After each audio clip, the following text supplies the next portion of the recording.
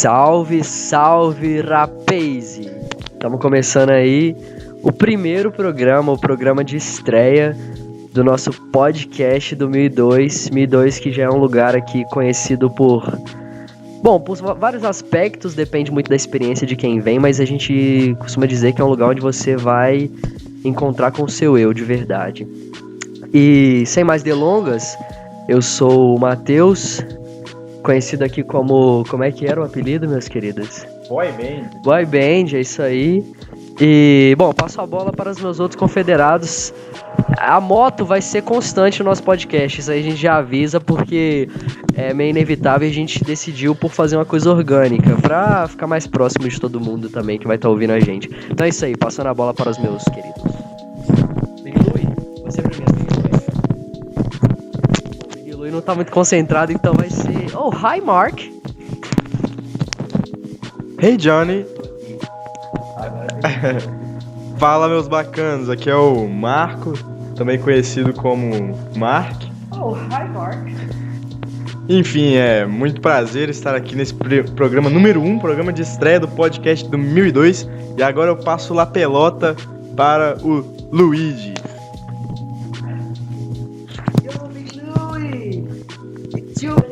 Mas esses demônios decidam como vão me chamar, porque eles não decidem como vão me chamar, mas tudo bem. Eu tenho outros nomes, esses não são meus nomes reais, porque eu sou uma criatura de muitos nomes. Muito antigo quanto os meus nomes. Estou aqui há muito tempo. Eu vivo aqui antes mesmo da pré-história, deste apartamento, antes mesmo de outras pessoas estarem aqui neste recinto conhecido como 1002. E eu não renunciarei. Bom, acho que a gente entrou num consenso antes que o nosso programa teria duas temáticas exatamente. De uma forma, elas vão se tocar porque são temáticas bem humanas, como a nossa área de estudo é das humanidades, todos nós fazemos jornalismo. Não vamos falar o local para ninguém poder localizar a gente, né, obviamente. Enfim, começando sobre... Toma aqui uma palavra que Big Louie disse, de antiguidade, estar aqui há muito tempo, perdão, é um questionamento que todos fazem. Então a gente decidiu começar esse programa tentando, não chegar no consenso, mas tentando ampliar as discussões sobre a origem da vida e a existência ou não de uma divindade. Então acho que nada mais pertinente do que falarmos do âmbito filosófico, né? Pela nossa questão das humanidades. Enfim, existência de Deus ou não? Eu ainda não sei. Passo aí pra quem puder já começar a esquentar esse assunto, por favor.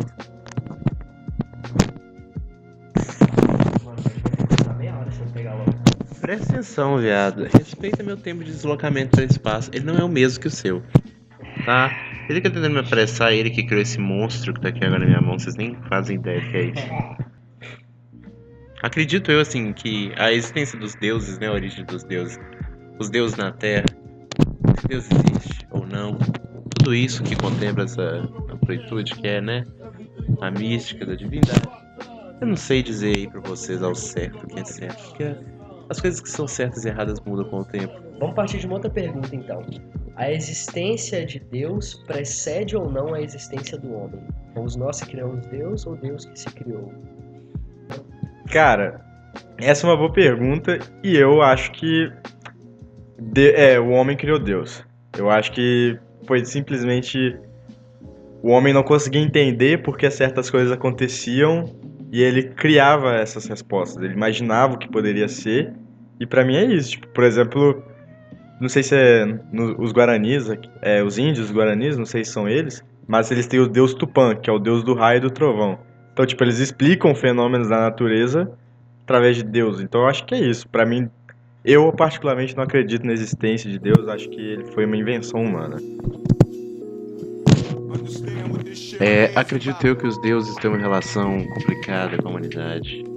Visto que, assim, nós pensamos do ponto em que nós precisamos contemplar a existência de um deus, de Zeus ou Poseidon ou Odin, que seja. Nós falamos, existe um deus, para nós depois questionarmos a existência dele. Mas e no período anterior ao nosso período que nós já temos a consciência do que é Deus, antes dos primeiros seres humanos nomearem o que era Deus? antes deles reconhecerem Deus. Deus existiu ou não? Acho que é desse ponto que a gente tem que partir, não de hoje. Então, eu acredito que naquele momento os seres humanos não tinham contemplado a existência de Deus. É como o céu noturno. As estrelas que nós vemos hoje, muitas delas podem estar mortas, mas nós vemos elas. Então, antes da gente enxergar elas existiam? Pressupõe-se que sim, senão a gente não veria a luz delas aqui hoje. Então você está chegando no ponto de que Deus existe, porém ele é intangível se a gente tomar como partido do limite da nossa racionalidade. Basicamente assim, o fenômeno de Deus é tão anterior e tão maior à nossa compreensão que a gente só compreenderia uma parte pequena e parcelada dele, entendeu? Tudo que a gente chama de Deus hoje, de divindade, nunca vai poder contemplar exatamente o que seria Deus. Até a própria pergunta se Deus existe ou não, a gente já parte do pressuposto de algo que nós consideramos Deus. Então assim, se existir uma criatura, um ser, uma entidade que corresponda às expectativas dos seres humanos, ele naturalmente vai ultrapassá-lo. Ele vai ser algo que nós não podemos compreender. A gente sempre só vai achar que a gente entende ele, mas é só uma parte. Vamos só direcionar talvez isso aqui uma discussão para um contexto mais palpável. E eu quero que vocês me ajudem nisso porque eu sou um pouco ignorante, mas a gente tem, muitas centenas, milhares de religiões, e das mais influentes você tem aí o catolicismo. E aí, o que você pensa no catolicismo? Como um Deus meio punitivo, um Deus que seria como se fosse o nosso sistema penal. Ele te ensina te punindo. Um Deus protestante. Sim, perfeito, mas ok. A gente vai entrar nessa questão, mas só pra gente pensar no nosso contexto. O protestantismo, que na verdade, eu não sei se vocês podem me corrigir, mas pra mim os protestantes têm a mesma visão de Deus. O que muda é que o protestantismo mudou a relação de Deus na Terra. Até pelo contexto em que o protestantismo surgiu, de liberalismo. Os protestantes não acreditam tanto na graça da santidade de Maria, por exemplo. E a concepção deles de homens santos é diferente. Eles não consideram que existem homens que realmente são aquelas figuras dignas de veneração para alcançar a santidade. Mas a figura de Deus católico é diferente então da figura de Deus protestante. Eu digo do ponto de vista só de Deus, não de como que ele interfere nos fiéis.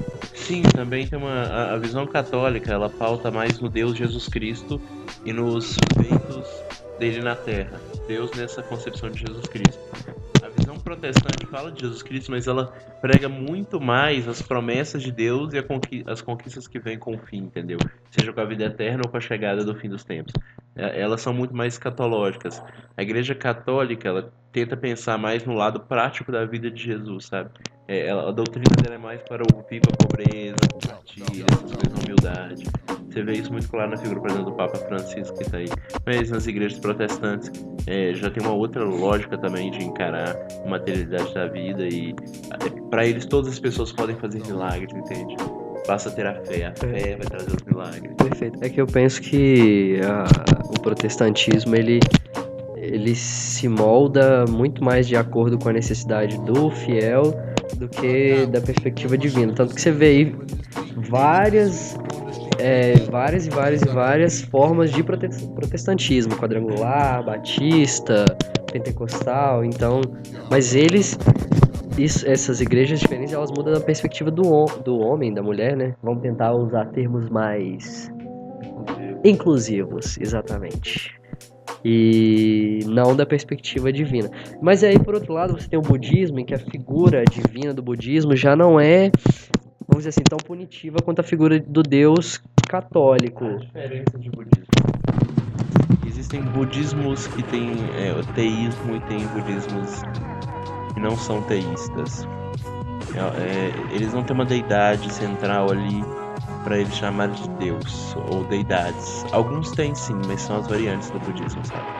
Então, dependendo do ramo do budismo que você for, você vai realmente ver essa questão mais a meditação, ações práticas na vida, busca por iluminação dentro de si. Ou você também vai ver algumas práticas religiosas acompanhadas, sabe? Dogmáticas, que pensam na existência de outros seres, que pressupõem uma hierarquia todo um ramo, um rol assim, de coisas que devem ser feitas.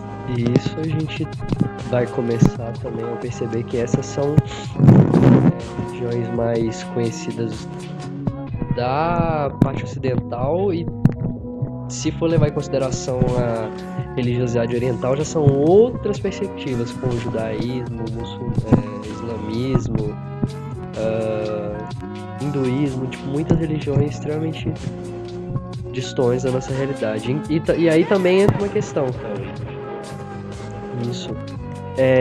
E o espiritismo, onde que entra nisso? O espiritismo é a parte de todas as religiões, ou só algumas pessoas chamam de religião, outras pessoas chamam de... Como seria o termo quando não é religião? Não seria uma seita. Vou lembrar a palavra. O que você acha? Que o espiritismo está presente em todas as religiões, ou só o espiritismo de fato trabalha o lado espiritual do homem, da mulher, dos seres humanos? Cara, eu não sei muito como poder falar isso, porque eu não sou muito chegado em religião. Então, o que eu sei do espiritismo, assim, que é diferente de muitas religiões cristãs, é que eles acreditam nessa parada da reencarnação, né?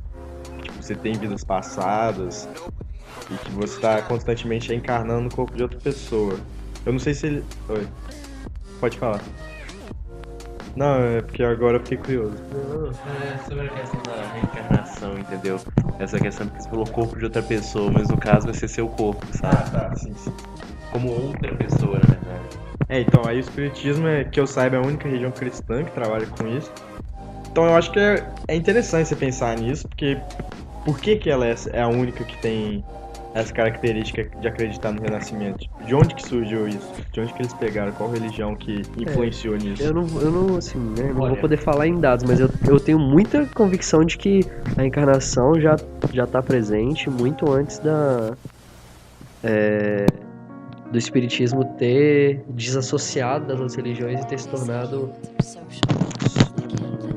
um viés único. A questão com o espiritismo é que ele inovou pegando isso das religiões orientais, que tem esse forte da reencarnação há um tempo. Eles já têm essa presença, essa cultura, principalmente no hinduísmo e budismo, dois expoentes dessa ideia de reencarnação, originalmente hinduísmo. E eles pegam isso e jogam isso na história de Jesus. Até então nenhuma religião cristã tinha feito isso, pelo fato de que eles não atribuem a Jesus uma reencarnação. Porque Jesus ele voltou em carne e osso, ele ressuscitou. Por isso que as religiões cristãs costumam pregar a ressurreição do fim dos tempos, a ressurreição dos mortos, a volta daqueles que morreram à vida, entendeu? Por isso que para eles, se existir uma reencarnação na Terra, você não chegaria depois da morte ao paraíso, como foi a promessa de Cristo. Mas o espiritismo pegou isso. Por isso que ele é uma religião cristã, tipo protestante ou católica, sabe? Ele não faz parte desse rol. Ele tem o seu próprio rol espiritual. Então é uma vertente espiritualizada por parte oriental, pegando os preceitos ali do cristianismo. E o espiritismo, inclusive, passou por elas, porque ele estava preso à sua época, entendeu? Tem textos do espiritismo que tem teor, às vezes, um pouco racista. E outra mas coisa... eles estão presos aos homens de sua época, como toda a religião foi. E eu acho que também a forma... Por exemplo, a figura de Jesus na Igreja Católica seria uma figura extremamente dogmática, que centralizaria o pensamento católico, mas o Espiritismo, a gente percebe que o Espiritismo trata outras pessoas da mesma forma como a Igreja Católica trata Jesus. Eu vou dizer por exemplo, de Allan Kardec, que ele define uma linha de espiritismo a partir de livros que ele escreve, e esses livros se tornam tão importantes quanto a Bíblia para o espiritismo.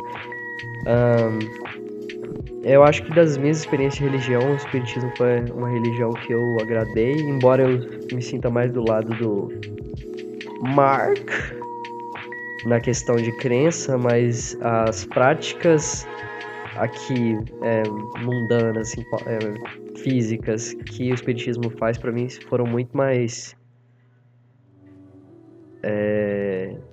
dignas de respeito do que de outras religiões.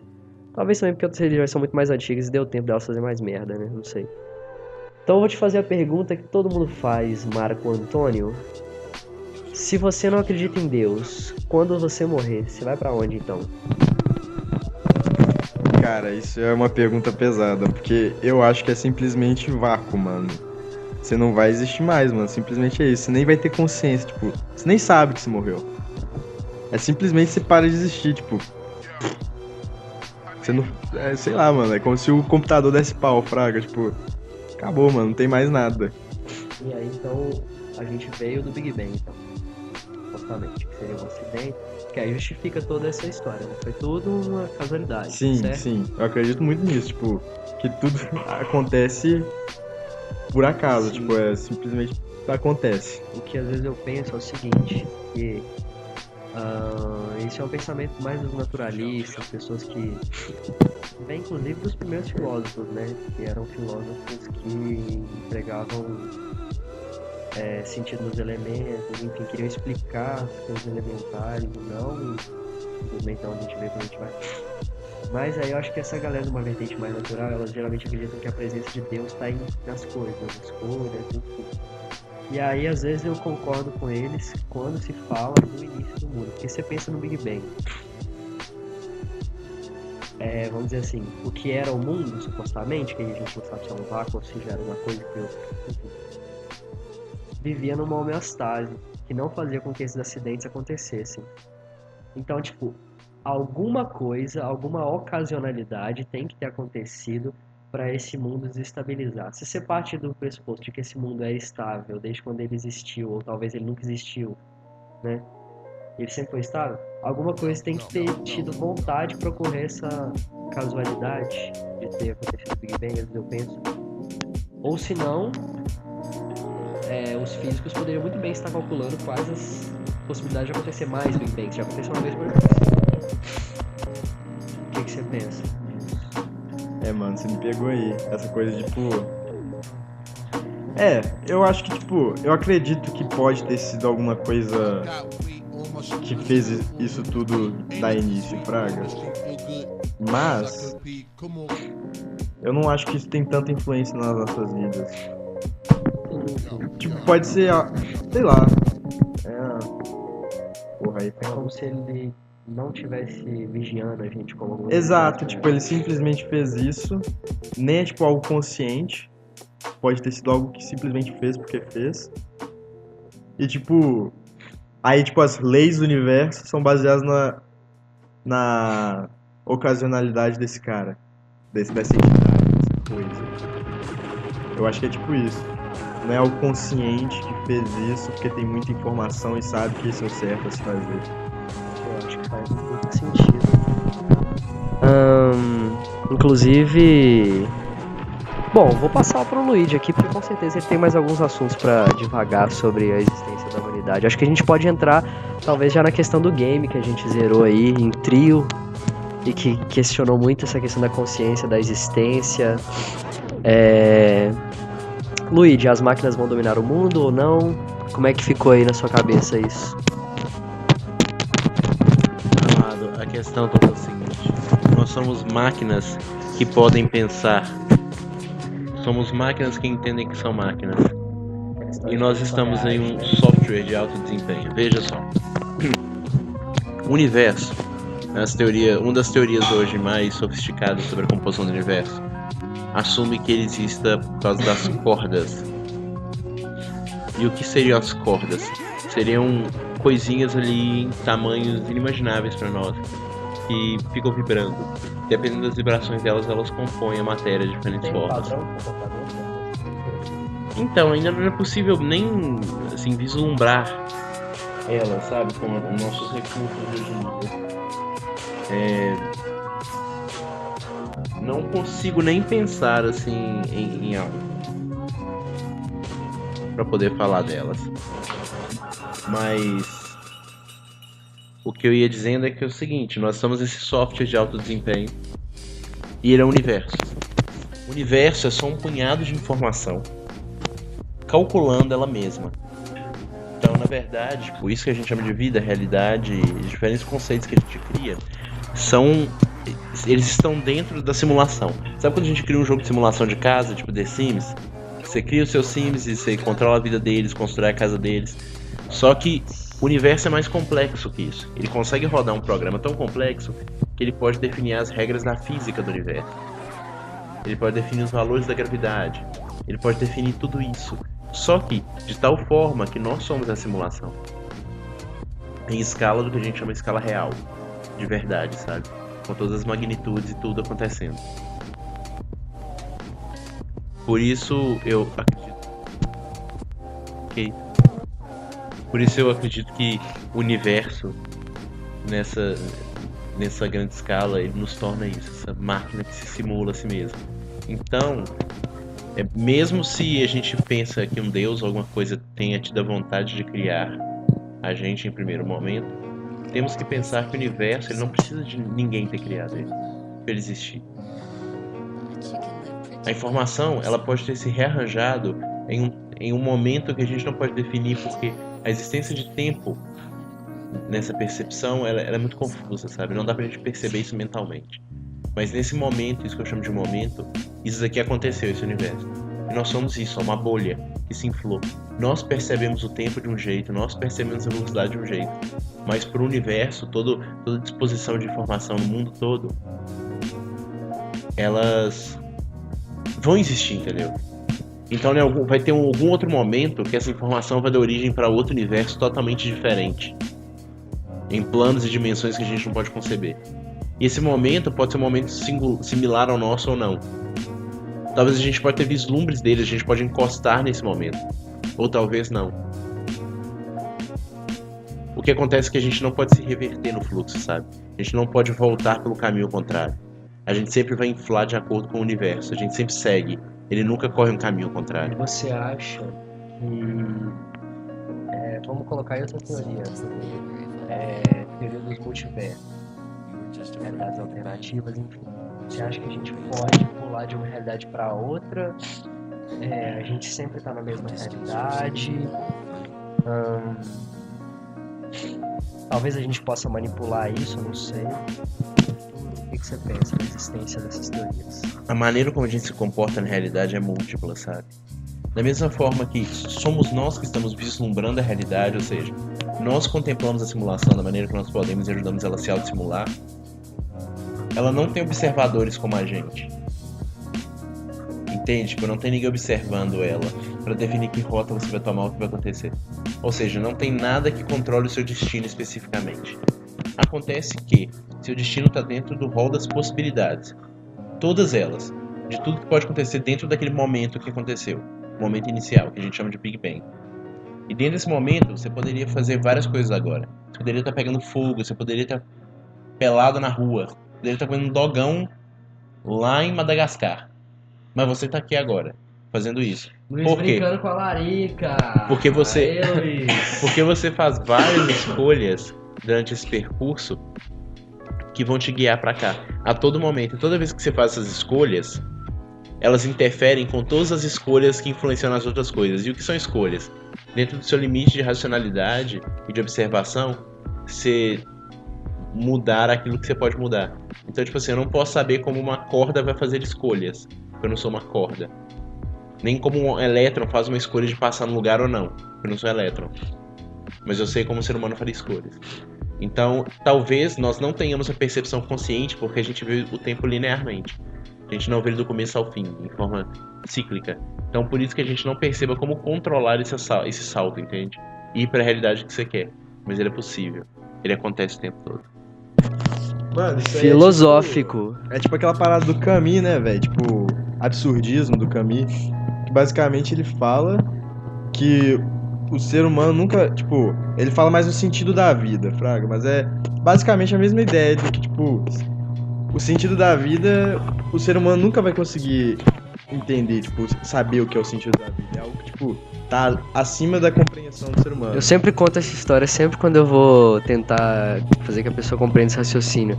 É a velha história de que você tem um gato, seu gato tá descendo a escada, ele vai e simplesmente tem um ataque de, sei lá, uma convulsão, alguma coisa, um piripaque, seu gato cai da escada, bate a cabeça, desmaia.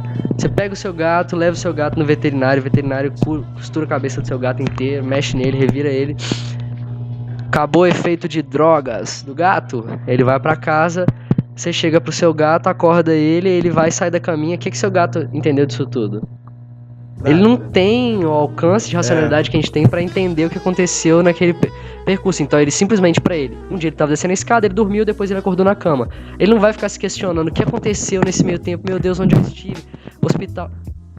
É além da capacidade dele de entender. Quer terminar? Não, cara, você resumiu perfeitamente. Eu acho que é por aí. E pra aqui, nós só desenhando agora, galera. Vocês comeriam aquele negócio de 3 hambúrguer, umas porções? Eita, Luigi está bravíssimo! Luigi! Mas, galera, a gente tem um interesse de fechar o nosso bloco sempre a cada 30 minutos, no máximo 30, pra não ficar muito cansativo pra vocês aí também que estão ouvindo a gente. Então, última rodada de bate e volta. Começando aqui pelo meu querido Mark. Qual sua concepção de onde você veio e qual sua concepção de pra onde você vai depois que você morrer? De onde eu vim, velho?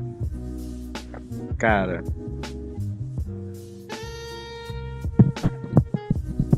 De onde eu vim, eu acho muito foda eu falar. Eu não consigo pensar assim, de onde eu vim. Mas pra onde eu vou, eu consigo imaginar bem, velho. Acho, tipo, é aquilo que eu falei. Basicamente, não vai... Eu espero que eu esteja errado, porque eu não acho que, tipo, é um final feliz, não. Acho que não é massa você pensar que você vai simplesmente sumir. Gostaria que tivesse algo mais. Mas isso é o que imagino que vai acontecer. E de onde eu vim, eu acho que eu também vim do nada, assim. Foi uma aleatoriedade, assim, tipo, foi aquele... esperma que chegou e fez a combinação que fez eu, velho.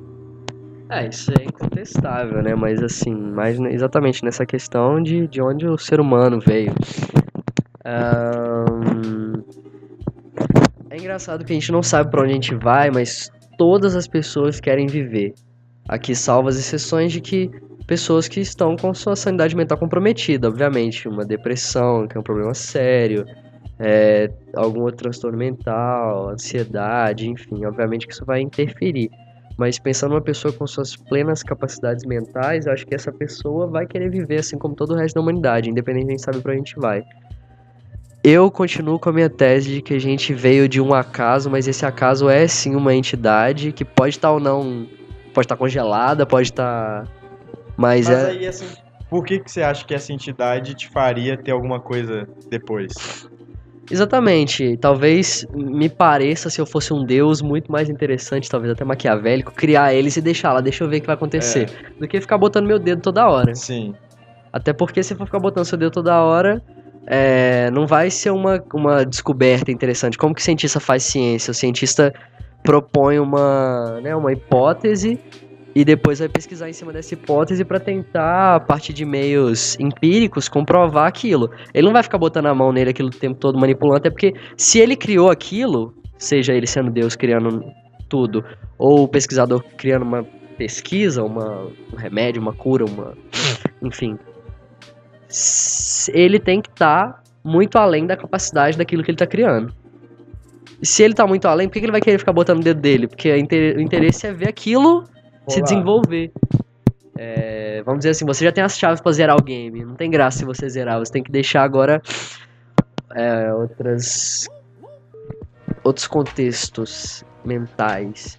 Então eu penso por aí, essa criação do acaso, que provavelmente tenha nos abandonado aqui à deriva, mas que no momento de nossa morte ele vai sim querer esse retorno nosso. E aí eu vou, no final da vida, que pra mim a gente retorna pra isso. Pra essa, vamos dizer assim, pros berços dessa entidade que tomou essa decisão casual. E lá eu não sei... Hall de Valhalla, assim. Talvez a gente lute 24 horas, não, porque não ia ser nada legal. Mas acho que a gente tem que retornar pra esse lugar, na minha concepção. É o que eu penso e pra mim não faria sentido se não fosse assim. Se tivesse que pensar no nada, acho que talvez seria um pouco desesperador. Mas... Big Louie! Bom, seguinte, de onde nós viemos, enquanto seres humanos nós viemos de coincidência. Mas não de coincidência, de coincidência possível, sabe? Tipo assim, era possível que nós existíssemos ou não. E aconteceu da gente existir. Não que o processo em si tenha sido uma série de eventos aleatórios por serem aleatórios, mas eles só têm sentido depois que eles acontecem, não antes de acontecer. Mesmo tempo eles estão relacionados, do começo ao fim. Então, do começo de tudo, do nosso começo até o nosso fim, o fim de tudo,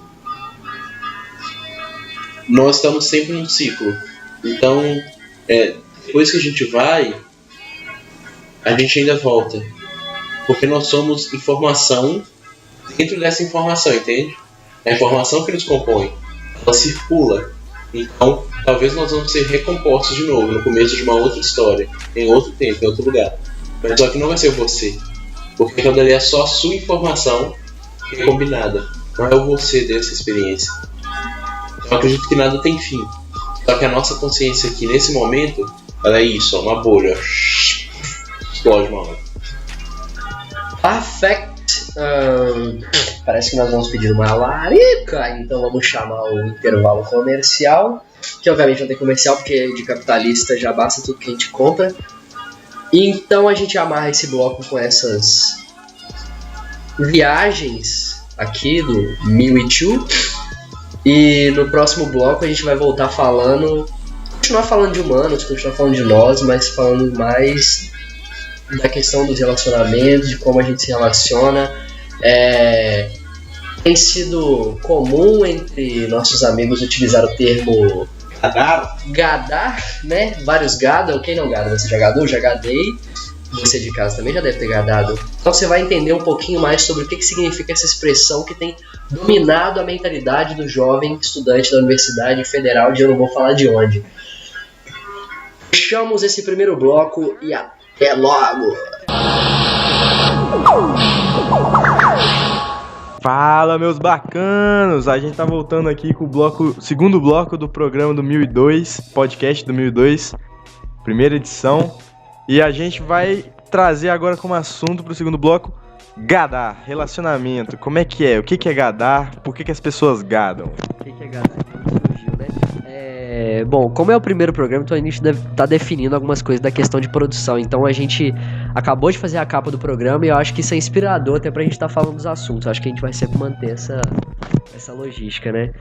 E gadar, eu não tinha conhecido essa palavra, né? Acho que surgiu aqui desse conglomerado de proletariados que nós somos, com alguns energúmenos utilizando essa palavra muitas vezes indiscriminadamente, sem entendermos muito qual o fundamento, por que estamos recebendo essa ofensa, né? Por que estamos xingando assim, ou será que é um elogio? A questão é o que o gadar representa num relacionamento. Felizmente agora nós estamos em outra era em que a gente não precisa basear relacionamento só em homem e mulher, né? A gente vai debater toda a complexitude e é uma coisa muito complicada, né, cara? Relação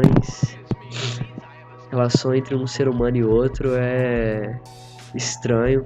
Eu acho que a gente vive numa época que... We live in a society. A gente vive numa época que muitas instituições foram por água abaixo, a gente não sabe em que construiu o nosso caráter, a gente... Acho que talvez até melhorou, porque a gente talvez segue o nosso ímpeto sem ficar se preocupando muito com o que essas instituições vão pensar da gente. Lógico que a gente vai, né, galera? A gente vai basear aqui no meio que a gente vive. Obviamente que o relacionamento muitas vezes muda por cultura, cidade, enfim. Na nossa cultura aqui a gente percebe que as pessoas são um pouco mais livres para expressar seus desejos e muitas vezes até para ser direto no assunto. Talvez, será que é essa vontade reprimida do gado de ir até o assunto que ele não consegue? Não sei. Luiz, você é livre para expressar as suas vontades carnais? Que viado, como assim? Não entendi. Você entendeu? Pergunta Eu não muito entendi. simples. Como assim? Você se vê livre de amarras sociais, institucionais para poder expressar o amor erótico? Então, assim, eu sou uma criatura diferenciada, né? Perfeito. E é uma relação um pouco diferente que eu tenho. Eu me sinto livre até certo ponto, no sentido em que eu posso me expressar sobre da forma que eu quiser, mas nem sempre eu posso fazer tudo aquilo que eu quiser. Tipo, não é como se eu pudesse atender ele totalmente. Mas de toda forma, não é Mas como isso se por fosse sua causa ou por causa das outras pessoas? Por causa das pessoas de uma forma, porque a gente vive numa sociedade que é construída por outras pessoas, né? Não é só a gente que constrói ela. Então, tem coisas que são limitações que eu não posso transpor porque o mundo ainda não está pronto para essas transposições, sabe? Vamos definir aqui agora, então, o que é gado? Oh, hi, Mark. What is gado? Cara, gado, pra mim, pelo que eu entendi, e utilizando o contexto que a palavra é usada, é basicamente aquele cara que faz de tudo pra chamar atenção. Não um cara. É uma pessoa que faz de tudo pra receber a atenção de uma pessoa que ele quer se relacionar com. Então, por exemplo, um homem quer ficar com uma mulher, ele vai fazer de tudo pra chamar a atenção dessa mulher e conseguir se relacionar com essa mulher. Muitas vezes, tipo, saindo da sua personalidade total, virando outra pessoa só pra conseguir se relacionar com essa pessoa. Desde quanto tempo a gente precisa se relacionar com outras pessoas? Como assim? Desde quanto tempo? Desde quando? Qual ano da nossa existência começou essa necessidade de se relacionar com outras pessoas? Vocês consideram uma vontade, vou falar bem biologicamente, uma vontade extremamente movida só por instintos químicos? Me fugiu a palavra, quando... Enfim, hormonais, ou seja, apenas pela sua massa biológica, uma vontade de se reprocriar.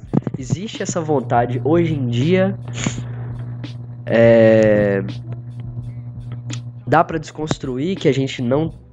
Tudo nosso não só parte do psicossocial, alguma vontade parte pura e exclusivamente pelos nossos comandos biológicos, e aí isso aí talvez indicaria que a gadagem não seria uma ofensa? Cara, eu pensei aqui agora que, por exemplo, vamos dizer, esse negócio de você ter a necessidade de ter esse tipo de relacionamento, assim, vem muito de quando você experimenta essa parada. Você diz transar só. Não só transar, mas, tipo, se envolver, até mesmo, tipo, em níveis românticos com uma pessoa, é uma parada que você só sente necessidade depois que você experimenta isso. Por exemplo, tipo, a pessoa nunca se relacionou com outra, ela não sente, muitas vezes não sente tanta necessidade que uma pessoa que já experimentou isso e sabe como é que é. Mas as nossas necessidades também seriam moldadas pelo que a gente vê, né? Pela imposição cultural também. Sim. Então, talvez vai ter pessoas, sei lá, uma pessoa, vamos dizer assim, uma pessoa que se entregou para uma vida casta dentro de uma determinada religião, e essa castidade só permite a ela ter qualquer relação sexual depois do casamento, enfim. Essa pessoa nunca teve isso, porém a vida dela gira em torno disso, porque é a cultura em que ela foi desenvolvida. Então, obviamente, cultura, né? Cultura acho que é indiscutível que define isso. Luigi está fazendo compras aqui, mas é um momento de trabalho, Luigi. Atenção, por favor. Segunda vez que eu chamo sua atenção já. Fala Pra quê? contigo, Você nem me perguntou nada, desgraça. porque eu quero que você comente esse assunto conosco, debata sobre isso. Em que medida você acha que as pessoas influenciaram as suas decisões sexuais e afetivas? Olha, veja bem. Quando nós falamos de sexualidade, nós podemos falar de nós mesmos e dos outros. E também de nós com os outros. Talvez seja o erro, né? A gente só sabe falar da gente na sexualidade falando do outro, né? A gente nunca pensa na nossa sexualidade própria. Então, mas é essa a questão, sabe? Tudo tem que partir do primeiro momento com você mesmo, que você identifica a sua sexualidade, identifica aquilo que satisfaz, aquilo que você deseja. Quando você entende o seu desejo sexual e aquilo que você deseja, por que você deseja, quando você se entende e você sabe aquilo que você busca para satisfazer, você sabe que também te dá desprazer. E aí outro momento vem quando você busca sexualidade no outro, que é a maior parte dos nossos relacionamentos, apesar de existir pessoas que são autossexuais. Mas aí quando você busca alguém, a sexualidade então não tá sozinha mais. Existe sexualidade sua e do outro, é a sexualidade dos dois, entendeu? É nossa. E é complicado falar disso, porque por mais que você esteja bem com a sua sexualidade, com aquilo que você você quer e aquilo que você busca, nem sempre em sociedade, quando você está conjugando a sua sexualidade com a do outro, você consegue encontrar uma sintonia, entende? Então não é como se eu não pudesse me sentisse amarrado. É só que nem sempre as coisas dão certo na vida e não é porque alguém tá te impedindo. É que você ainda não achou a forma certa de fazer.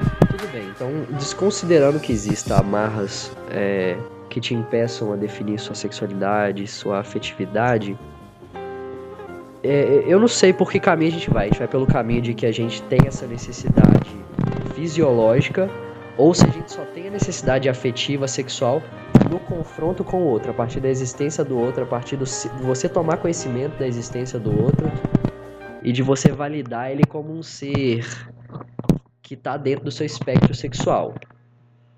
Posso fazer um comparativo.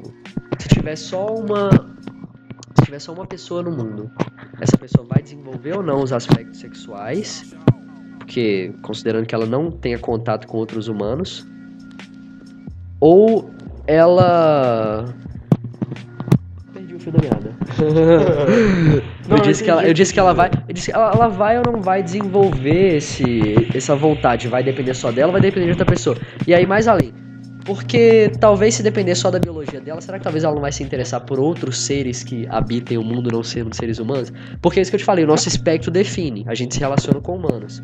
Então a gente depende de humanos pra desenvolver esse lado, então sei lá. Tô vendo muita imagem de vaca, então a pessoa será que se relacionaria com a vaca caso não tivesse nenhum ser humano? Não! Ela ia estar desrespeitando o seu valor cultural, mas vamos pensar que uma pessoa que não tem valor cultural, ela só age pelo instinto, ela ia ter vontade de tirar uma panca com a vaca ali e tal. Acho que sim, velho. Acho que sim. Se você parar pra pensar que masturbação é quase isso, velho. Masturbação é você só tá liberando, tipo, meio que só tipo fazendo por fazer, fraga, só pra ter aquele prazer. Então, eu acho que a masturbação, você tocou num ponto interessante. É um exemplo de como a gente talvez manipule isso pra passar pra ser um interesse social e deixar de ser um interesse fisiológico. Vou citar um exemplo. Sei lá, infelizmente, né, a gente não tem aí uma moça, mas um dia, obviamente, teremos. O nosso espaço aqui tem um ciclo de pessoas muito variado, e eu não posso dizer no caso por uma mulher, mas vou dizer no histórico de um homem. Você começa a se masturbar por uma necessidade, talvez fisiológica, e você não precisa desse incentivo social. Talvez não foi você ter visto uma figura personificada que te atrai, que te fez masturbar, talvez foi uma necessidade. Pode ter parte daquilo, mas eu digo assim, a gente é mais desprendido dessa percepção. E agora vai ficar mais claro. E quando você fica mais velho, sei lá, 10 anos de masturbação, você vai passar a precisar necessariamente de um gatilho. Seja essa uma imagem, seja um vídeo, ou seja, você já entregou todo a sua independência para essa necessidade social. Não sei se isso acontece com vocês. Opa! Nice mesmo, Luigi. Possível. Opa, galera, que a gente tem aqui talvez um problema com os vizinhos, mas eles podem entender, porque isso aqui né, eu imagino que você... Esse podcast é pra você que tá varrendo sua casa, não tá fazendo nada e quer ouvir alguma coisa interessante. É esse o nosso intuito, é poder comungar com o interesse de pessoas como nós como nós, e nós por nós. Prossegue aí, Marco Polo. Então, eu acho que eu concordo com o que você falou. Eu acho que realmente tem essa coisa do meio como você... Porque o ser humano é um ser social, tipo... Indústria cultural. Indústria cultural. Tipo, ele é um ser social, então realmente vai chegar uma hora que os instintos dele vão ser meio que moldados pelo jeito que ele vive, pela cultura dele, que nem aquele negócio dos seios. Você vai numa cultura indígena, é super normal uma mulher andar com seios à mostra. Não é tão atraente pra essa pessoa, assim, porque tipo, ele tá acostumado. Mas pra nós, tipo, ocidental, assim, cultura ocidental, sempre os seios são tapados. Então, tipo, isso meio que gera uma atração no homem. E é estranho falar de ocidentalidade, eu entendi, faz muito sentido o que você falou, não tô discordando, mas é que os índios também são ocidentais, né? Isso é meio engraçado, porque Sim. eles são ocidentais, mas eles estão ali num núcleo cultural muito específico deles, eles Sim. não se misturaram por completo, porque todo índio já tem um PCzinho, tá no zap. Será que índio gada, mano? Será que tem índio no Tinder? Tem índio no Tinder, Luiz? O que você acha? Já pegou um Tinder? Na verdade, Luiz, explica pra gente como funciona o Grindr. Mas assim, obviamente que a gente não sabe como funciona, mas como funciona a questão da gadagem dentro do Grindr, dentro do espectro LGBT, mais especificamente, pra gente poder entender aí, né? Abrir nossa live. Olha, não tem lugar melhor pra você ver a gadagem acontecer. Que é o seguinte, no Grindr, você não dá matches. Então você vai ter todos os perfis concorrendo ao mesmo tempo com o seu olhar. Então a gadagem no Grindr já começa com a foto. No Tinder, você conta que a pessoa vai cair no seu, se ela passar pro lado sim ou não. Então ela vai ter uma chance de ver o seu. No Grindr você vai colocar fotos atrativas. Então assim, você pode colocar no seu perfil as tribos que você faz parte, mas o que você mais vê no Grindr é um abdômen definido, foto de cueca. Às vezes tem foto de rola. Mas o Grindr tem várias fotos das pessoas que elas querem mostrar. Às vezes é o rosto delas, que elas acham que é um ponto forte, às vezes é o corpo. Mas O Grindr, isso- a gadagem tá nesse nível de assim, a pessoa, ela se vende É uma mostrando... gadagem muito competitiva. Sim, ela se vende pensando no outro que tá do lado. Isso E é depois um- vem a segunda parte, Perdão. que é o perfil. Lá você coloca suas características. O Grindr é tão bizarro, esse mercado de carnes, que lá você pode colocar se você é HIV positivo ou não. Então, assim, ele tem um apelo sexual muito forte, muito de coisas rápidas. Que você pode colocar lá procurando solteiro, amigos, festa, sei lá, o que você quer. Mas a descrição do Grindr, ela é sempre muito falsa, porque o que você mais vai ver é reciprocidade. Mas a mentira é que você pode mandar oi pra pessoa que você realmente gostou da descrição dela, ou você gostou de alguma coisa e tem gente que te ignora. Porque ele tem uma função que é tipo um matchzinho, que é você dar um foguinho na pessoa. Aí pode ser um foguinho, tem um oi, que é um raio amigável, e tem um carinha de diabo Qual querendo a melhor sexo. estratégia pra quem tá pretendendo usar o Grindr e tá ouvindo de casa? E qual a melhor estratégia? De verdade, meu filho, se você quer usar o Grindr, você tem que pensar em duas coisas. Uma, você tá entrando lá e você é uma pessoa que tá... Porque a comunidade LGBT ela é dividida em dois tempos. Antes e depois da morte. Como assim? Porque quando chega numa idade, parece que as bichas morrem, entendeu? E as bichas morrem assim, porque se a POC de, sei lá, 40 anos vai na balada, ela vai ser ignorada, basicamente, entendeu? A comunidade LGBT é muito apegada à aparência jovem, o corpo definido, etc. Isso é um retrato... Assim, O Grindr é um retrato fidedigno ao que acontece dentro da comunidade LGBT, assim, fisicamente? sim, basicamente. Então no Grindr os perfis de mais sucesso são os perfis de gente branca, cabelo liso, corpo sarado, dentro dos padrões, entendeu? É a mesma coisa da sociedade, não muda só porque é LGBT. Então, exato, mas a gente pode dizer, talvez, que... vamos dizer assim, as relações alternativas ao padrão, as relações que não, né, entram dentro do padrão, porque aí eu não quero dizer só LGBT, eu quero dizer um poliamor, talvez, pode ser, poliamor pode ser só hétero, né? Enfim, várias formas de amor que não estão dentro daquele padrão que a gente conhece, que talvez essas formas alternativas, elas foram muito prepotentes ao dizer que, olha, nós somos muito alternativos e nós vamos partir do século XXI, e talvez elas estão caindo na cilada e estão vivendo tudo que o relacionamento padrão já viveu anos atrás, tudo que o relacionamento heterossexual já passou, todas as transformações culturais, talvez esses relacionamentos alternativos estão passando por essas mesmas quebras de expectativa, quebra de paradigma. Olha, na verdade eu acho que não passou pros relacionamentos hétero e ainda acontece nos relacionamentos homossexuais, que é o seguinte. Por exemplo, você pensa em pessoas que cresceram vendo filmes e aprendendo que o amor e as coisas são feitas de uma certa forma, entende? Elas aprenderam da mesma forma que as pessoas que são heterossexuais, etc., e que vivem em relacionamentos tradicionais, que as fontes majoritárias, isso que eu quero dizer, foram essas. Então são pessoas que vão lidar com dilemas parecidos, entende? Não é como se a comunidade LGBT, apesar de sofrer preconceito, fosse simplesmente chegar e... Ah, não, tudo bem, não vamos ser preconceituosos com ninguém, sabe? Seria maravilhoso.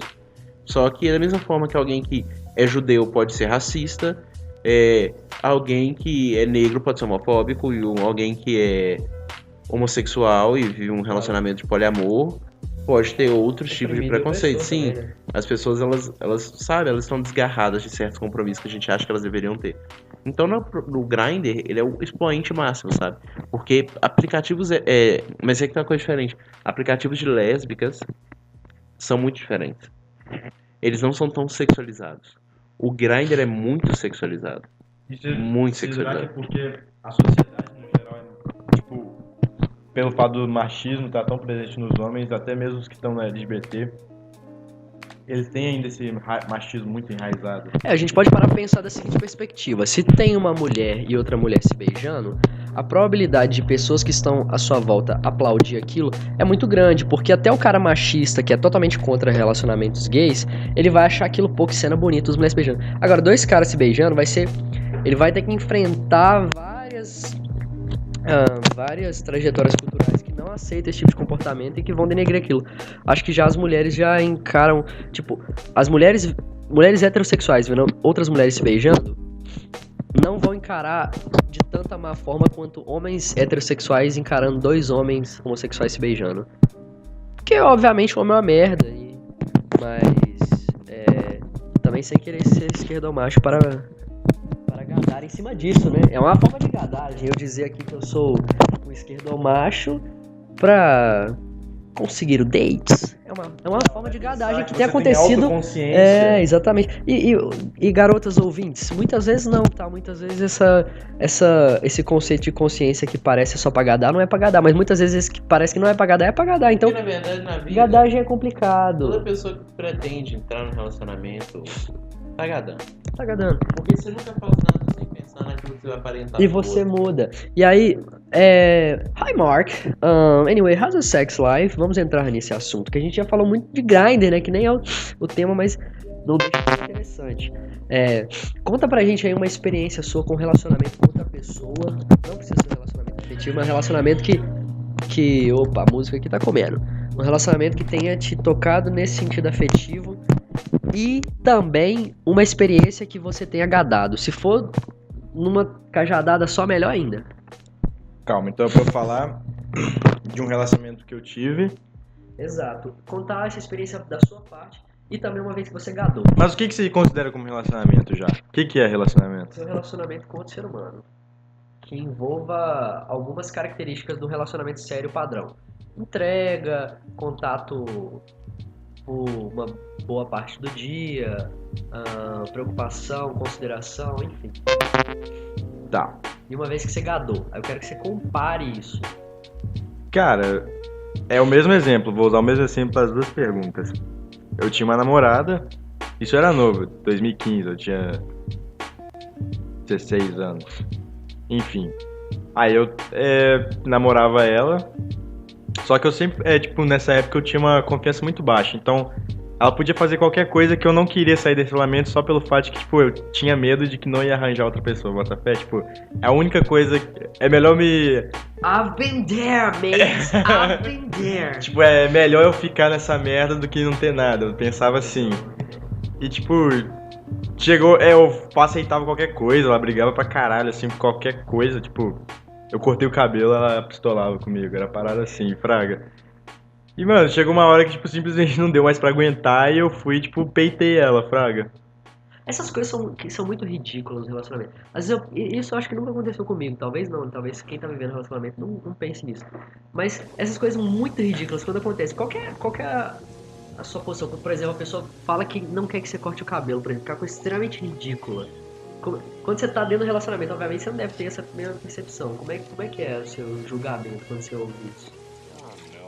Considerando que eu tô de fora, eu tô vendo... Você tá passando por isso, quando aconteceu no relacionamento. Ah, mano, uma merda, ridículo, porque, primeiro passa a impressão que ela não vai estar lá pra você, não importa o que acontecer, fraga, ela tá meio que moldando você pra, ficar mais conforme os interesses dela, ela não tá com você por você, ela quer melhorar você, não melhorar assim, mas mudar você. Isso. E o que é também bem, né, como a gente sempre diz, nossos programas não são conclusivos, e sim expansivos, a gente não vai chegar a nenhuma conclusão aqui, porque também é uma situação muito complicada de ser a pessoa que está tendo que moldar outra pessoa, porque muitas vezes vezes você não quer moldar essa pessoa, mas essa pessoa faz tanta questão de ficar com você que você fala, cara, olha, já que você tá me dando tanta merda, então eu vou pisar aqui porque você tá deixando, e aí você vai se acertando da medida como eu quero. Porque eu sei que você não vai abrir esse relacionamento, mesmo que eu exija coisas que são um pouco questionáveis. E aí que a questão da conversa é muito importante, cara, porque quem tá de fora vai entender de várias formas e até melhor que você, mas você não tem que entender só pra você, você tem que entender junto com a pessoa, porque... eu infelizmente, eu penso até na questão de mercado, assim, sabe? Você demandou muito do seu tempo, muito do seu investimento, tempo na Terra é o que mais vale, nessa pessoa, então nada mais que justo, e a outra pessoa também, obviamente, do que isso termine de uma forma muito clara, pra que ninguém saia perdendo dinheiro. Time is money. Então, pausa aí que vai começar o Minecraft na TV, pelo amor de Deus. Tira essa merda. Ninguém aguenta. Luiz, você já se relacionou? Como foi sua experiência? Não se relacionar e ver experiências de fora. Qual medo isso te dá, ou qual alívio isso te dá por não estar em relacionamento? Que tipo de coisas você já colocou assim, olha, se eu for estar no relacionamento, mediante todas as coisas que eu já vi, eu quero que isso seja assim, seja assim, seja assim. Conte para nós o seu check-in de relationship, Luigi. Eu sou uma pessoa paciente, mas eu não tenho muita paciência. Percebe? Como assim? Eu posso me dedicar toda a minha atenção para uma única coisa, com muito empenho. Só que eu não sou aquela pessoa que é paciente para assim, pros outros às vezes. Então, de fora de relacionamentos, o que eu mais vejo é que as pessoas elas têm que conjugar suas vidas, então tem que mudar seus planos para se manterem na rotina do outro. Eu não lido muito bem com isso, porque eu gosto de organizar minha rotina partindo de mim. E organizar ela partindo de outra pessoa pressupõe que, tipo assim, eu vou ter que colocar o interesse em cima daquela pessoa antes de que ele aconteça, sabe? Tipo assim, pode ser que eu não quero te ver hoje, mas na minha rotina a gente tem que se ver hoje de alguma forma. Então, assim, não é como se fosse aquilo que eu quisesse fazer hoje, sabe? Hoje eu queria pintar um quadro na sala, pelado, bebendo chocolate quente. Mas eu não vou poder porque eu tenho que encontrar com você. Então, assim, o problema meu com relacionamento são os planejamentos em dupla. Ou em trio. Eu acho que se todo mundo partir dessa perspectiva racional, ninguém vai querer se relacionar. Porque, né, de fato, é uma abdicação muito grande sua vida. Mas, e aí que eu penso, pelo menos pra mim, não sei, eu não consigo conceber de uma forma diferente. Relacionamento parte de uma paixão. E nesse momento de paixão, você não tá conseguindo visualizar as coisas da forma como você tá dizendo agora, entende? Então, por isso que pra mim, eu ainda não consegui me engajar em relacionamentos e não fiz muitos esforços tão pontuais sobre isso, mas é mais pelo fato de que a ideia de fazer as coisas pelo impulso da paixão me incomoda um pouco, sabe? Eu sou uma pessoa muito controladora. Tudo na minha vida, de alguma forma, eu tenho um dedo pra controlar, sabe? Até os eventos inesperados são esperados de alguma forma. E não ter noção daquilo que eu estou me propondo a fazer, sabe? Ser algo tão impulsivo assim, talvez me incomode um pouco demais. Então, pra mim, seria mais interessante arranjar um relacionamento realmente racional, sabe? Com alguém com o mesmo nível de racionalidade que é falar a mesma coisa do tipo, sim, eu entendo isso, e talvez a gente não vai se ver e não vai criar rotinas. Eu passe um mês, sei lá, na Jamaica sem te falar, mas eu vou voltar amanhã e a gente vai se ver e tomar um café. Perfeito. Acho que eu não entendi nada, eu tô brincando. Dá vontade de jogar Minecraft. Não, a gente não vai jogar Minecraft. E... Meu Deus. Vamos terminar o programa, meus confederados. Eu acho que então a gente percebe que a gadagem, ela pode sim ser uma necessidade, mas não uma necessidade fisiológica, uma necessidade social, de se provar, de... Enfim, não julgue seu amiguinho que é gado, não julgue sua amiguinha que é gada. Todos nós estaremos lá um dia. Não diga que desse passo não pastorais. Pastoremos, sempre pastoremos. E muito, dá-lhe grama. Porque... eu tenho aquela teoria muito forte em mim de que a gente é simplesmente um bando de cachorro que tá um cheirando o cu do outro na fila. Você nunca tá cheirando o cu de quem tá te cheirando. Ou seja, você sempre vai querer a pessoa que você não tem. E a pessoa que te quer, a pessoa que você não quer. E isso pode ser falso, cara, mas faz muito sentido pra mim. Porque... Bom, obviamente que isso partindo do pressuposto de relacionamentos fechados, né? Mas ainda assim, ainda no relacionamento fechado, acho que essa teoria ela se manifesta, porque você pode estar num relacionamento fechado, ainda se relacionando com várias outras pessoas, mas talvez a entrega que você quer ter maior é pra outra pessoa, sempre cheirando. Por exemplo, existe uma diferença pra mim. Tem pessoas que eu conscientemente não conseguiria viver um relacionamento com elas. Eu conheço, sabe? Não dá. Mas se fisicamente falando, elas poderiam me atrair em algum momento. Mas eu tenho essa clara distinção, sabe? É aquela coisa de eu transo com a pessoa e não com caráter, sabe? Então, assim, tem gente que por exemplo, os atores que às vezes falam muita merda na televisão e você fica, meu Deus, que cara babaca, e sei lá, cometeu até um crime falando isso. Mas você pensa, não, mas ele é uma pessoa que eu faria alguma coisa com ele. Com o físico dele, sabe? Mas ele não é só o corpo dele, que ele é só a aparência dele.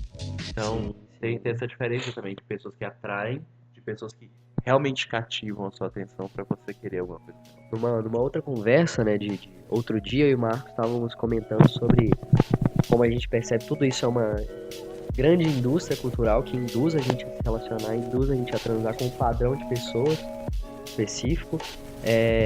E aí, nessa questão da indústria, a gente pensou num produto muito específico da indústria, que é a música. Por motivos do acaso, a gente tem talvez uns gostos meio parecidos, e um belo dia estávamos ouvindo uma música em que a letra simplesmente se tratava de um rapaz que tinha sido um pouco babaca com a garota, mas não no sentido de atacar a pessoa dela de fato, mas simplesmente porque ele ficou com ela. Achou que ela devia alguma coisa pra ele. Ela achou, né, que ele devia alguma coisa pra ela, porque ele não queria. E talvez assim, mesmo deixando isso claro e tal, ele quis depois compor uma música dizendo que, pô, pisei na bola com essa garota. Bom, isso são marcas da nossa juventude, né? São marcas culturais que a gente tá vendo que tá acabando. Por quê? Talvez porque a institucionalização do feminismo, de certa forma, colocou não só os comportamentos errados como errados, e muito bem disso, mas como a retratação desses comportamentos também é uma coisa muito errada, e muitas vezes você precisa ouvir uma história errada pra você aprender alguma coisa, né? E aí a gente vê como que a própria cultura vai manipulando a gente. Sem querer gadar, mas de fato o feminismo é um movimento super importante que ascendeu num momento mais do que preciso, podia ter sido antes, obviamente, mas antes tarde do que nunca.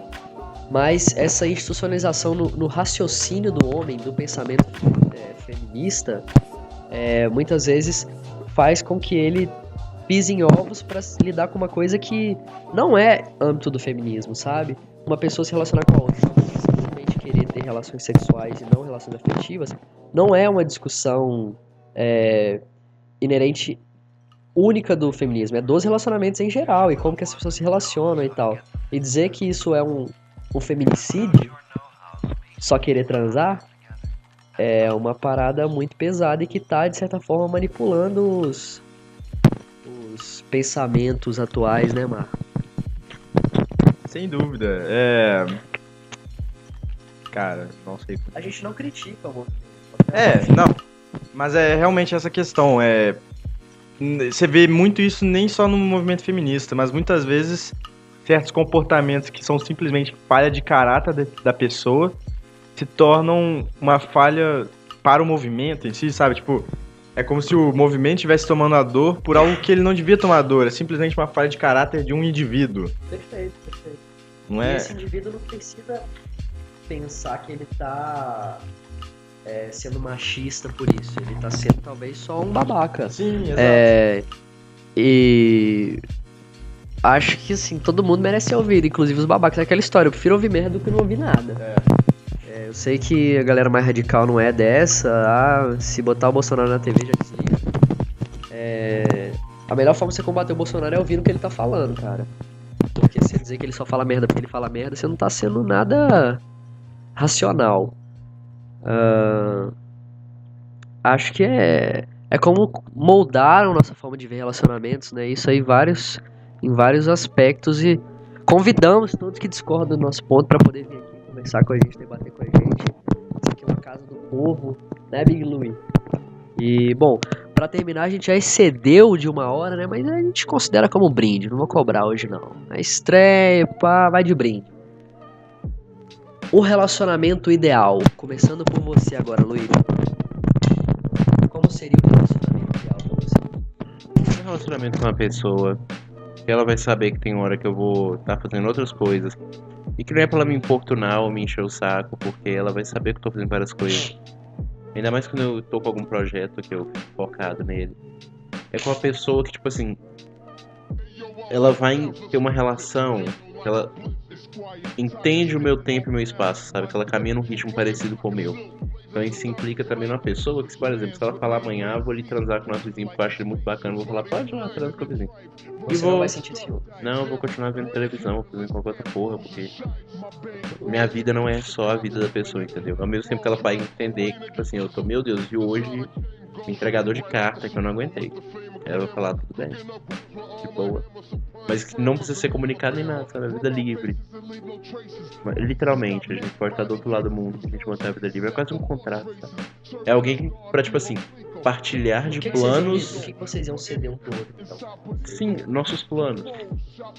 Partilhar de E planos. se esses planos não combinarem? Se esses planos não combinarem, a gente nem ia começar um relacionamento. A pessoa tem que já se encaixar alguma coisa. Ela tem que já entrar nesses planos. Porque isso é uma coisa muito prática também pra minha vida.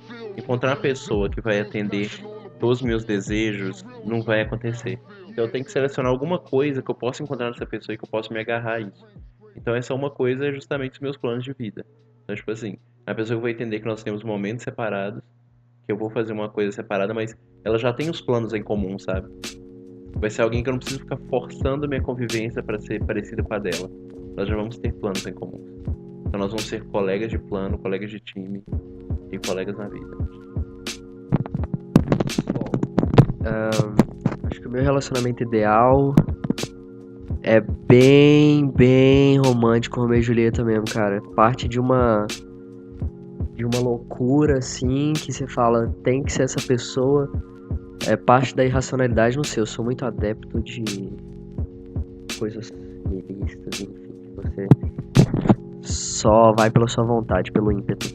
Obviamente que, né, depois tem que descobrir se a pessoa se encaixa ou não, mas... E essa questão do tempo, acho que a gente vive numa época em que não dá mais pra se dedicar 100% pra uma pessoa, a pessoa tem que entender isso e a gente já desmistificou várias coisas dos ciúmes que eram simples picaretagens. Tô vendo picareta no Minecraft, não consegui. E... Bom, acho que um relacionamento começando por aí, começando de uma paixão muito forte, eu acho que é o ideal. E achar que é aquela pessoa e tal. Isso obviamente que vai frustrar, mas eu acho que essa frustração faz parte. Não sei vocês, acho que essa frustração é boa, é sadia. Não é pra todo mundo, isso é claro. Vão ter pessoas que vão se afundar nisso e isso que eu digo, é a minha forma de ver um relacionamento ideal.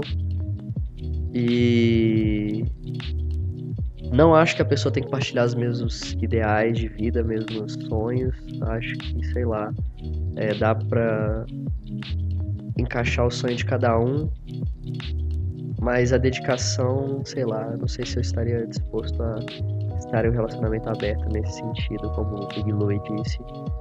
É um sacrifício aí muito bacana. Marcola, diga. Então, pra mim um relacionamento ideal seria... Eu acho que eu tô mais na sua linha, assim, Matheus, de ser algo mais romântico mesmo, algo mais tradicional. Sempre cresci assim, cresci vendo muita comédia romântica, é uma desgraça, é um câncer, comédia romântica é um câncer, não vejam. Mas é isso, mano, me moldou demais esse sentido, eu acredito muito nisso. Mas realmente, tipo, a forma como a sociedade se organizou, realmente não tem mais como você dedicar exclusivamente a uma pessoa. Então, pra mim, um relacionamento ideal seria que eu devo satisfação a essa pessoa, porque eu tô me relacionando com ela, ela faz parte da minha vida. Então, se ela faz parte da minha vida, eu devo satisfação a ela. Mas a minha vida não tem que girar em torno dela. Tipo, se eu quero sair com meus amigos, eu saio. Não preciso necessariamente avisar. Mas se ela me perguntar onde eu fui, eu falo, fui lá. É ter essa liberdade de você simplesmente poder falar que você foi livre, fraga. Tipo, Realmente fiz uma coisa que não tava nos planos, não te incluí, mas não é porque não te quero nem nada, simplesmente porque eu tenho minha vida também e você tem a sua. Seria aquela ideia de não pedir, né? Olha, eu tenho a minha concepção sobre... Não sou eu, relacionamento, né? Eu tenho a minha concepção sobre os relacionamentos, sobre o que te magoaria ou não. Enfim, eu não vou pedir pra fazer certas coisas, eu simplesmente vou fazer e depois eu comunico. Eu fiz isso, não ficar dependendo da liberação da pessoa, né? Todo mundo já saiu de casa e chega de pai e mãe. Bom, acho que já está dando nossa hora. 1h10 de podcast. Espero que vocês tenham curtido aí o primeiro programa. Gadá pode, né, galera? Tá liberado. Tá liberado Gadá? Tá liberado Gadá. Sem medo, gadem. Não tem... Se você achar que você não é mais você, para e pensa e fala, eu preciso rever. Se você fizer educação física, aí não tem muito como você escolher, você vai gadar mesmo. Tem que estar num curso ou em alguma área de estudo que seja mais séria, não pode ser brincadeira, né, galera? Tô brincando, mas é sério. E agradecemos aí nossos patrocinadores de sempre, né? Big Louie, House of Big Louie, aí sempre cedendo espaço e os nossos equipamentos. Agradecendo sempre ao Sandro e Max pela Pineapple Express que ele manda de altíssima qualidade, a todos os nossos fornecedores. Enfim, nesse momento agora eu não vou recordar, até porque não trouxe a larica pra gente hoje. Deixamos bem claro aqui que a gente quer receber a larica, galera. A gente vai fazer propaganda aqui. Não é só comunismo, galera. Vamos lá, tem que ter onde comer também. Fazer um ganha-pão aí, pá. Ficamos por aí, um programa sobre gadagem, relacionamentos e de onde viemos, para onde vamos. Acho que deu pra chegarmos a algumas delas. Então, muito feliz de ter participado da primeira edição do podcast 2002. Espero ser convidado mais vezes. Vai acontecer de eu estar nos programas, mas... se tá aí, alguém grava, né? É uma coisa louca. Quer mandar um beijo pra alguém? Salve. Já que falando de relacionamento, estou mandando aqui um beijo, então, pra essa pessoa que no futuro eu vou conhecer alguém que vai formar esse relacionamento. Como sempre, agradecer aos nossos patrocinadores, Big Louie, dono, claro, do House of Mewtwo, nosso querido Sancho Panza, fornecedor de Pineapple Express para nós, é o que fomenta esse trabalho, né? E enfim, o espaço está aberto para todos os anunciantes, eu sei que você quer anunciar, eu sei que você quer, vem com a gente que é sucesso. Um abraço para os meus confrades, um abraço para você que está ouvindo, um beijo, um salve a todos os brasileiros e valeu e fui! Take it easy for a little while, come and stay with us.